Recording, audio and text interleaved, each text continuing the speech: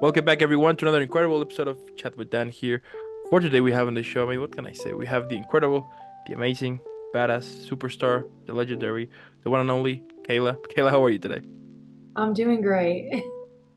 That's epic to know. Now, what better way to have an incredible super day that you be chatting with someone as badass as you know what I mean?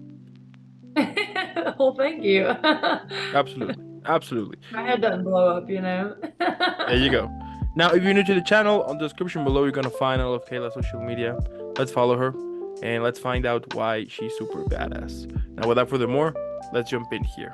So, I want to start this whole conversation by throwing out the first question, which is let's go back in time and tell me how the journey with music began. Music began as a child, really. My love for music started as a child. I had a lot of influences from different genres, Okay. but I think I zoomed in on country music. As a teenager, I decided that country was going to be my thing because I cannot get rid of my country accent, unfortunately. Okay. And what were some of the challenges that you had when you were, recently making your first steps? I think getting people to believe in you is a challenge, when you're just starting out and learning about how live music works and how much is just put into, starting a band and writing songs and the whole nine yards. There's a lot of behind the scenes, and that can be a very difficult thing. Mm-hmm. Mm-hmm. Yeah, I bet absolutely. And focusing a little bit more into your music career, tell me, like, what is your usual process for you to, start to create a song? Like, do you have a specific technique, or like, what is your thing for you to start to create something? Most of the time, I know that if I'm emotional about something, if it's a strong topic that I'm emotional about, maybe it's something that's happened, that is an easier topic to write about for me. Not that I can't make something up and write about it, but I found that finding like a 3 to 4 word phrase, like for instance, these two bar stools was written based on my ex coming back in the bar after he cheated and trying to get me back and Mm, assuming that the stool next to me was for him. And it was not. I, had moved on with a nice guy, and I was actually saving the seat for him. So my emotional reaction to him doing that sparked the idea of the song, of me saying, "How dare you? Things will never be the same between me and you and these two bar stools." So there you go. There you go. I mean, that is what I like about music, the fact that you can get inspired about everything, and it's amazing when you get the chance to kind of use something that it hurts, of course, but you transform it into something positive, right? I mean, you put that energy into something, into create a message here, and to put a song out there that besides that, I mean, that absolutely could relate someone, and it's also amazing the fact that everyone has a chance to kind of find like a different meaning to a song. You know what I mean? absolutely. Oh, yeah, there's definitely lines in each song that I think people can connect with, and it resonates with them, and it has their own meaning. Exactly. Yeah. Mm-hmm. And tell me, is there any artist in particular that you got inspired into your like even till this day for you to create your own songs? I've been inspired by a lot of artists, from males and females. Reba McEntire, Dolly Parton, Loretta Lynn, Patty Loveless, Sarah Evans, and then some of the artists that are also in my age range: Lainey Wilson, Sunny Sweeney, and many many more. Their writing styles, and even some of the male artists like Hardy, Morgan Wallen, uh, they got good songs, you know. So Mm-hmm. Mm-hmm. Mm-hmm. And so far on your career, have you ever had a performance that somehow made a significant impact on you? And if it did, how did that affected you? my first performance, I mean, I've had really great performances as an adult. But I think once you get into the business and you've played bars for so long and you get used to the crowd responding to you like that, you kind of get used to that. But my first initial response, massive response from a crowd was when I was in the 5th grade. I chose to sing "I Will Always Love You," which was originally written by Dolly Parton and recorded by Whitney Houston. But well, both recorded it. But for me, I fell in love with Whitney Houston as the singer, Mm-hmm. the strong, strong R&B vocals, making it hugely powerful. But I also fell in love with the fact that Dolly had wrote the song and that it could take that transition and be so versatile. And so I decided that I was going to sing that song for my 5th grade talent show. And out of all of the other children, I watched all these little kids. There's probably like 500 kids, and maybe in my mind that maybe I'm exaggerating that a little bit, but I was so small that to me it was a huge crowd. Yeah, And absolutely. remember my legs shaking and my the butterflies in my stomach and I just remembered, hey, I practiced this so many times, Kayla, talking to myself and breathing before I went on stage. And I just looked out over that audience and I hit that high note and I will always love you and held that out as a little girl. And that whole audience stood up and started clapping. All these kids going from sitting Indian style just stood up. And to me, that was the moment where I realized this is a feeling that I want to keep forever. Mm-hmm. That where I can actually connect with my friends and my peers through a song. That is incredible.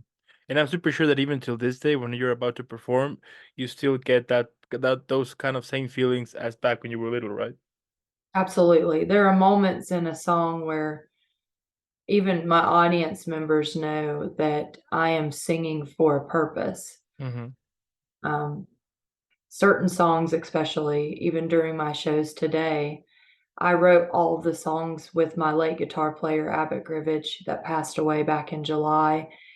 And so every time I sing any of my originals, it is almost as if he is living through me, Mm-hmm. that he's getting to see me he's looking down on me and I know that he's proud of me delivering uh, the art that we sat down and critiqued and went over and over and wrote, for so many hours. Mm-hmm. So Mm-hmm.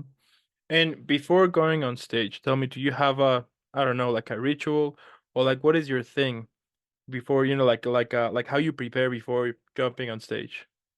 I do a lot of stretching, a lot of hydrating, clearing my mind of other things, putting everything else on a shelf. People say, I've tried to call you. And I'm like, yeah, you ain't going to reach me like 30 minutes before a show. Because during that time period, I am clearing my mind and preparing myself to have fun with my audience. So that's my goal. There you go. Okay. Okay. And how you handle, the whole pressure and expectations before jumping in on stage. The pressure is not like it used to be. Mm-hmm. I actually went through nursing school and I told myself all the way through nursing school, like trying to finish it, I thought nothing could be as hard as this, because that pressure of having somebody else's life in your Yeah. hands. And I thought, well, I have fun at music. I've made a living through music all through school. So at that point, I did have to choose that music was going to be the route for me to Mm-hmm. take. And so that's my whole music is my only career now. But I do kind of reflect back on those days in nursing school and go, I accomplished that and survived that. I could certainly deal with, somebody heckling me in the audience. Yeah, absolutely. And like, what is it like you? Yeah, like, what is it that you enjoy the most when you are, yeah, when you were like singing on stage? I enjoy the girls in the audience singing along with me because for years and years I was singing like, you know, just jamming out to rock and roll and this and that and just cover songs for years and Mm-hmm. years. To watch them sing along with my songs and to hear them, say, Kayla, I love that song, and it resonates with me. I went through this kind of relationship or, and that kind of connection as a writer, you're like, okay, this is, I'm feel like I'm building a little bit of a sisterhood here. Mm-hmm. Mm-hmm. And that's really cool. It's something that I never had. So Yeah. Okay. I'll take that. And how you continue to challenge yourself as a musician and grow as a yeah, as a regular person here at the same time. I just think that being a good advocate for being healthy is the way to go with being with no matter what platform you have. You want Mm-hmm. to make sure that you're putting out a good image to the youth that's looking at you, Yeah. teaching them to stand up for themselves, teaching them what's healthy, what's not healthy, and then to have fun and enjoy life and to pursue their dreams. And if I can inspire someone to do that, then that's what I'm going to do. Mm-hmm. Hmm. Yeah, absolutely. Absolutely. And let's say that one day I call you and I tell you that I want to start into the whole country industry. But here's the thing. I don't know any of it and I haven't seen ever. So based on what you know, what do you think that it would be a good place for me to start? um Probably maybe vocal lessons or piano lessons. Okay. I think if you could play the piano, you can understand a little bit of the neck of the guitar a little bit better. I don't Hmm. play a whole lot.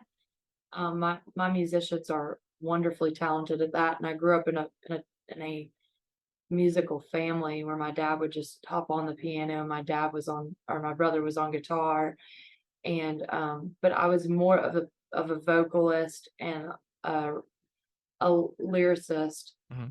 so that you know we kind of all complemented each other in that way. So you've got to have a good group, no matter who's doing what. You you've got to stick to your genre and know what you're doing, and just be creative with it. And sit back and listen to yourself. Hmm. You know, say Yeah. what I myself. I'll tell you what, if I ever become a musician, if at some point I receive an award, I'll be mentioning you in my thank you speech. Thanks. Count on it. Sounds like a plan.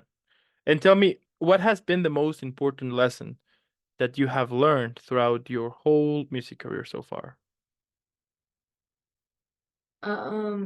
To really protect yourself. I mean, this business can be pretty rough as far as the drama in this Mhm. business. It's pretty cutthroat. People will pretend to be your friend and just to collect information out of you, maybe about somebody else, or and really just shutting that down, Mhm. really staying professional and behind the curtain and keeping it about the music and keeping it about the business is essential to having a successful business. Staying Mhm. out of religion and politics, all of that. Mhm. Mhm. Okay. Yeah, I couldn't agree more. And what do you think that is the biggest misconception that people have about musicians?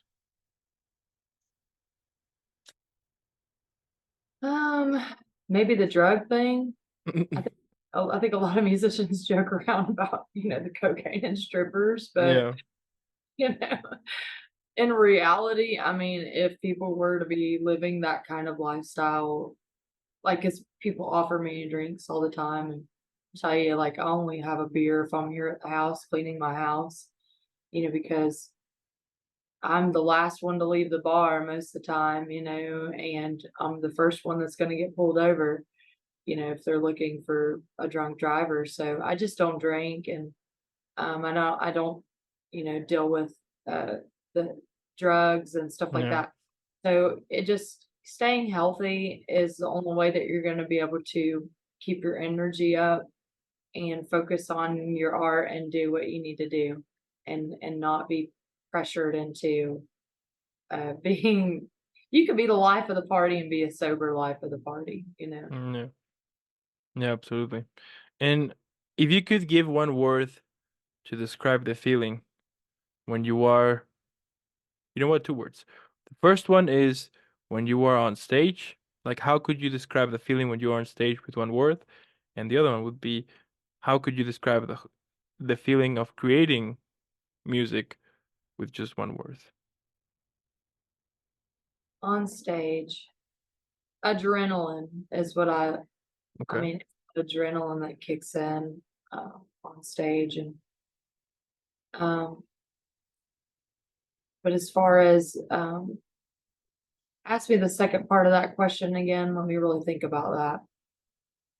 Hmm? You want me Ask to me, ask again?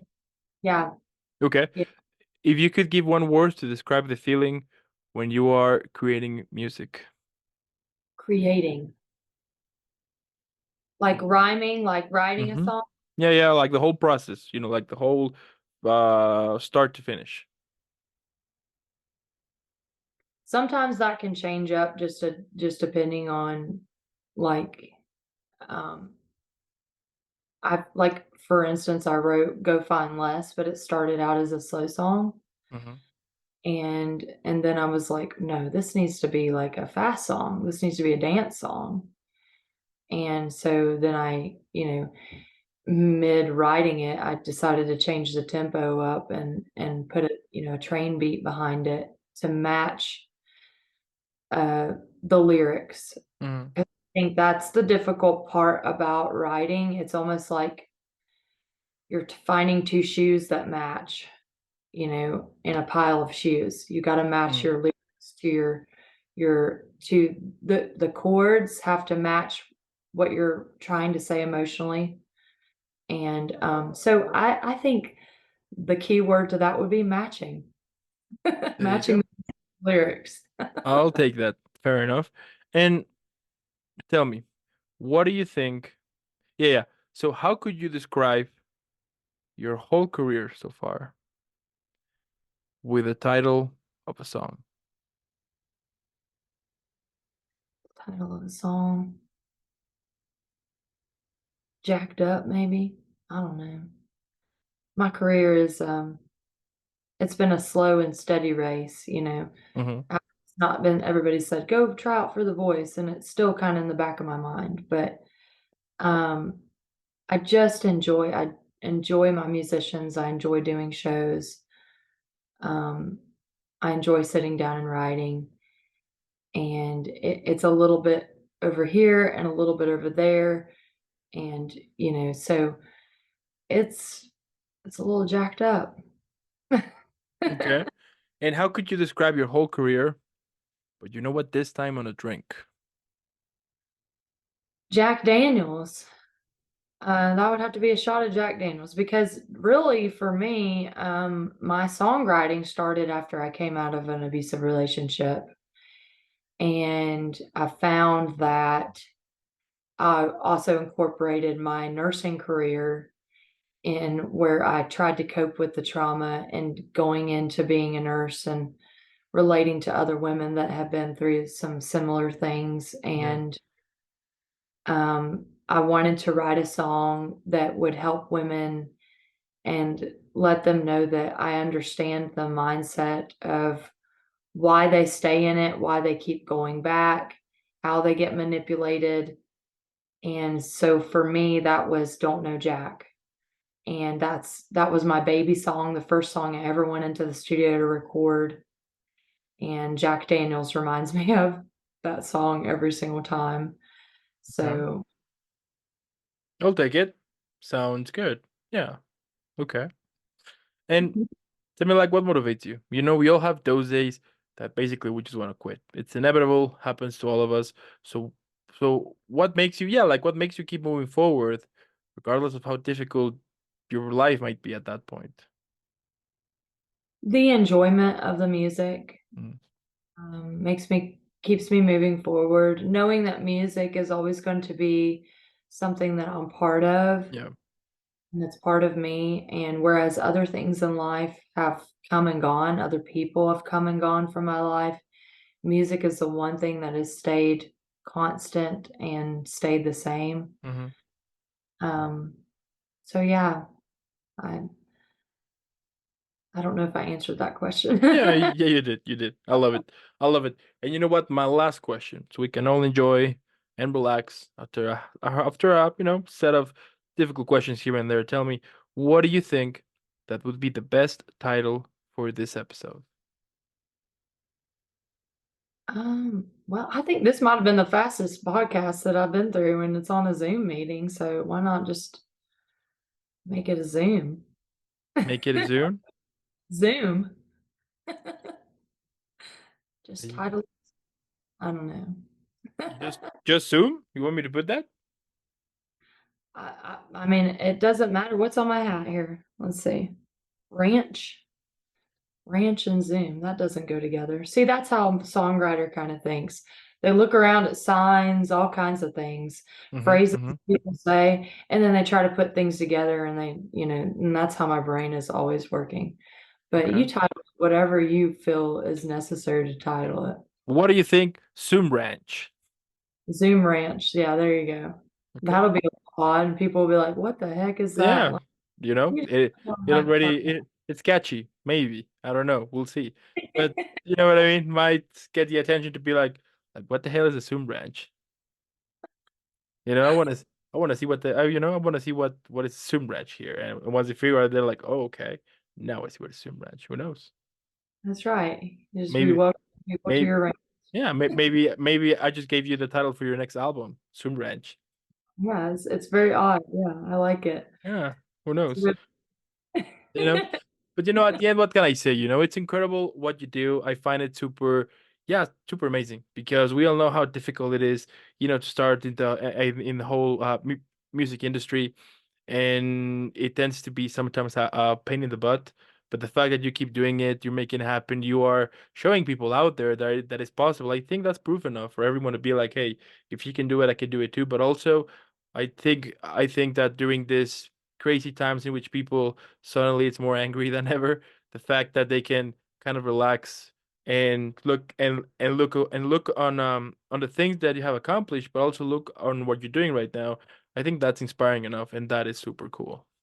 It is. It's a very crazy time period that we're living in, Yeah. and people really need to stay grounded and just love one another. That's the biggest thing that people can do is just to love one another, and because the media, all of this propaganda that's put out there, it can affect you mentally in so many ways. And I think music is a great way to bring people together. I always say music and good food Oh bring yeah. people. Absolutely. Couldn't agree more. Yeah, yeah, you're right. Right now, it seems like people is yeah, we're all divided, you know, and what I have discovered is that when you get the chance to actually have a conversation with someone who has totally different opinions and beliefs on what you have, but you manage to have like a really decent conversation, you get into a point that you discover that you have more things in common that you even realize. So That's right. Yeah. and that's what it's all about. But yeah, as I was saying, keep doing what you do. It's super amazing. It's awesome. I love it. And I also want to thank those who stayed here the whole episode. Either they watch it here on YouTube or listening to Spotify or Apple Podcast, Google and Amazon as well. Make sure to go follow Kayla right now in her social media. Now we found out why she's super badass. So let's make her viral. Hashtag Team Kayla. And Kayla, again, thank you so much for making this happen. Keep killing it out there. Keep rocking. Keep shining. and I'll see you in the next one. Thank you so much for chatting with me, Dan. There you go.